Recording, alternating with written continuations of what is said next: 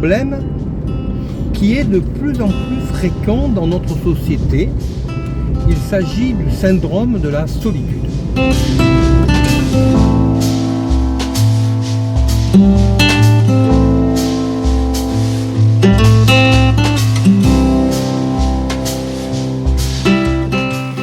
Udo Jürgens était un prof de philo de la fac de Vienne, très connu, qui était également chanteur et qui a gagné l'Eurovision en 1965. Et ce chanteur très connu, principalement dans le monde germanique, a fait un album qui avait une chorégraphie où au départ le rideau se levait et tous les figurants étaient présents sur la scène avec un masque blanc, un masque de scène qui symbolisait l'anonymat. Et le titre de son album était Allein mit vielen Menschen, seul avec plein de monde autour de nous. Par cet album, Udo Jürgens aborde donc le syndrome de la solitude dans une société où les humains sont toujours plus entourés. Ceci soulève donc un paradoxe. Le fait d'un côté d'être entouré de plein de monde et de se sentir seul. Cela est paradoxal en ce sens que, au premier abord, on ne devrait pas se sentir seul à partir du moment où l'on est entouré. Et pourtant, c'est un mal de notre siècle. Et ce mal s'amplifie toujours plus, car cet album qui avait été écrit dans les années 80 était déjà actuel à cette époque-là, alors que le monde en était qu'au balbutiement des travers dans lesquels nous avons sombré depuis une vingtaine d'années, à travers l'explosion d'Internet en général et la démocratisation des téléphones portables en particulier. Plus que jamais, nous arrivons à une époque où ce syndrome de la solitude est présent et où il fait des ravages. Ceci est donc le constat. Ce qui est intéressant, c'est de comprendre les mécanismes qui sous-tendent la solitude que ressentent certaines personnes et pas d'autres. Pourquoi certaines personnes souffrent-elles de solitude, qu'elles soient entourées ou pas d'ailleurs, et pourquoi d'autres ne souffrent-elles pas de solitude, encore une fois, qu'elles soient entourées ou pas? La première chose que l'on remarque, c'est que, comme je l'ai dit déjà plusieurs fois, le fait d'être entouré ou pas n'est pas la cause de la solitude que l'on éprouve, malgré ce que l'on pourrait croire au premier abord. Au premier abord, on pourrait se dire que lorsque l'on est seul, on ressent la solitude, et lorsque l'on est entouré, on ne souffre pas de solitude. Or, si cela est juste en apparence, en réalité, cela est faux. Analysons donc pourquoi cela est faux. Qu'est-ce qui fait que l'on va se sentir seul ou pas? La première erreur semble donc consister à considérer que le fait que l'on soit seul ou pas relève du monde extérieur. Or, nous voyons bien que si ce monde extérieur joue certes un petit peu, cela n'est pas du tout le facteur déterminant au fait que l'on se sente seul ou pas, puisque l'on peut se sentir seul ou pas, que l'on soit entouré ou pas. Cela n'est donc pas le facteur déterminant. Le facteur extérieur n'est donc pas le facteur déterminant. Reste donc le facteur intérieur, c'est-à-dire psychologique. La solitude semblerait due non pas à ce que nous vivons extérieurement, mais à ce que nous vivons intérieurement. Et qu'est-ce qui fait que l'on va se sentir seul intérieurement ou pas?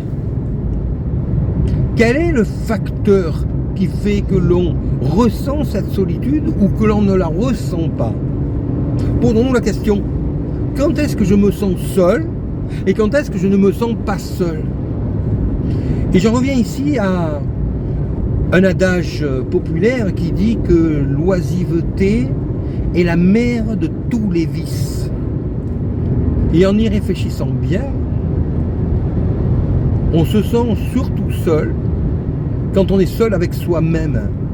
C'est-à-dire lorsque l'on n'a pas des envies, des passions qui nous tiennent, qui nous poussent à avancer dans le monde, bien entendu, avec les autres, cela est évident.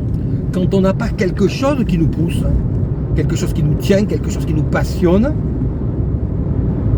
quelque chose qui occupe notre esprit, effectivement, nous nous retrouvons les bras ballants, d'un côté à ne pas savoir quoi faire de nos journées, et d'un autre côté, ce qui est beaucoup plus grave, ne sachant pas où vont nos journées. Et c'est là qu'intervient ce sentiment de vide intérieur qui s'exprime par un vide extérieur. N'ayant pas de passion, n'ayant pas d'occupation, bien entendu, le temps est creux, la vie est creuse, le monde autour de nous est creux, et c'est là que l'on ressent cette solitude, qui est non pas une solitude avec les autres, mais une solitude due à un vide intérieur. Le sentiment de solitude est donc a priori l'expression d'un vide intérieur. Quand on en arrive à ce résultat, il reste à vérifier si dans les faits, autour de nous, cela s'avère juste. Et effectivement, quelqu'un qui est occupé, quelqu'un qui travaille, quelqu'un qui étudie, quelqu'un qui a une foule de passions, de hobbies, d'activités, va forcément côtoyer un certain nombre de personnes avec lesquelles des échanges auront lieu, des partages. Et ce sont ces partages qui font que l'on se sent en adéquation, en accord, parfois même en harmonie avec des personnes qui peuplent notre monde extérieur. Et c'est cette adéquation, cette harmonie qui nous donne ce sentiment de plénitude et donc de ne pas être seul. Même si ces personnes sont des personnes que nous ne voyons pas forcément souvent. Car à contrario, nous pouvons également vivre avec des personnes avec lesquelles il n'y a pas d'échange, il n'y a pas de partage, il n'y a pas de passion commune, il n'y a pas d'activité commune. Et dans ce cas-là, ces personnes, bien que partageant peut-être notre vie, partageant peut-être notre quotidien, nous laissent ce sentiment de solitude. C'est ainsi que je rejoins Udo Jürgens et son album Allein mit vielen Menschen, seul, isolé, tout en étant entouré d'une foule de gens, qui laisse donc présupposer cette notion de solitude intérieure étant l'expression d'un vide intérieur. Le message de cette petite vidéo est donc très simple. Il y a une différence entre occupation et passion. Il faut bien reconnaître à la personne qui s'occupe l'intelligence de combler un vide.